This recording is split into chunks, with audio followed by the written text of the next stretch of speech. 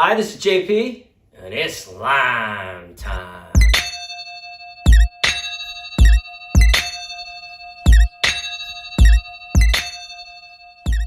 Today we're going to be talking about everyone's favorite subject, the magical, mythical, chronic Lyme.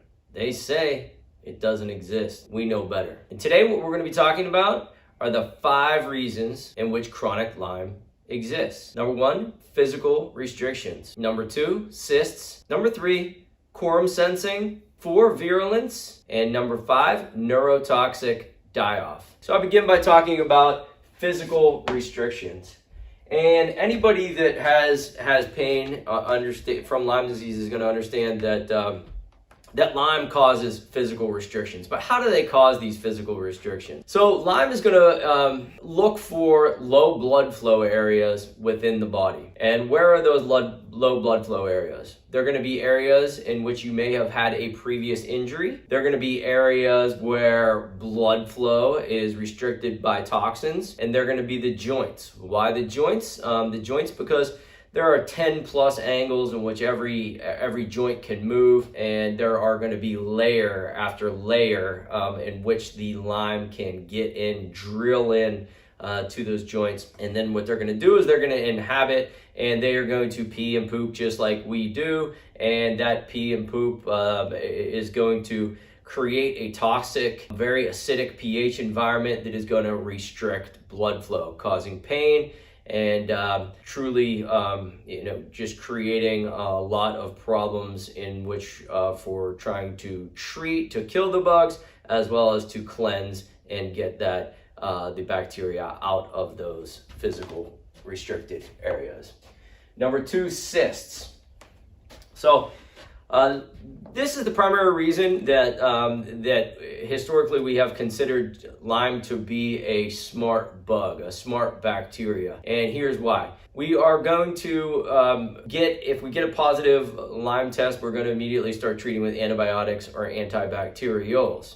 So the Lyme is smart though. They really only want to function in an environment that is right for them. Whenever they feel they are under attack, what they're going to do is they're kind of going to like spin up a force field around them, and that is a cyst. So in those cysts, they are going to hide, and they are going to wait for a more favorable environment, which brings us to quorum sensing. So quorum sensing, the way that it works is that you can think of if you have many different pockets of Lyme.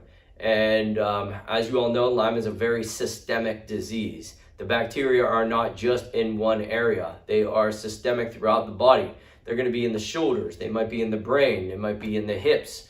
Definitely the back and the neck, the knees, the ankles, wherever they may be. They're going to be setting up these colonies, and whenever they're under attack, right, the colonies will form a cyst force field. It brings us to quorum sensing, where what they're going to do is these colonies are actually going to speak. And you might say that sounds crazy, but it's actually true. These colonies are going to speak.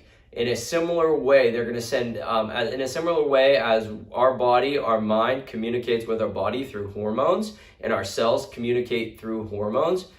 They are going to speak using chemical messengers. And so let's say that the Lyme in the ankle wants to check out what's going on with a Lyme in the knee or the Lyme in the shoulder. They're going to send these quorum sensing messages out to the entire body, and they are going to basically tally votes from each one of the colonies, kind of gauge where they all are. And what they're going to do is they're going to look for a favorable Lyme environment to then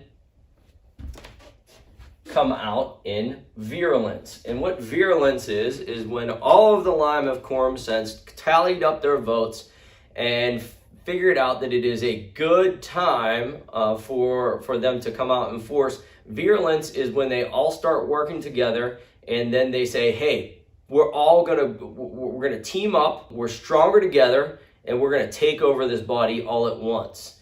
And that is what virulence is. Let's say that that Lyme's taking over, they come out in virulence, and we then say, okay, Lyme, we're gonna hit you hard with these antibiotics. we're going to get this big neurotoxic die-off.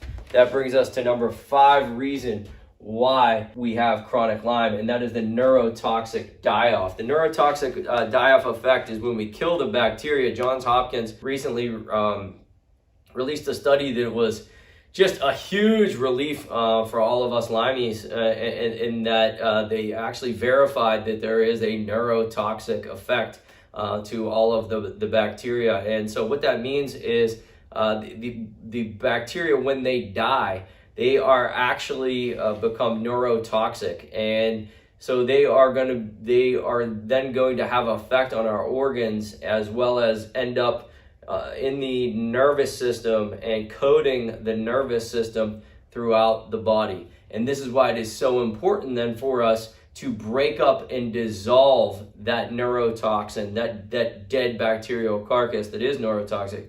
Break it up, bind it, and excrete it from the body. So today what we talked about was the 5 reasons in which Lyme becomes chronic. We have physical restrictions, cysts, quorum sensing, virulence, and a neurotoxic die-off.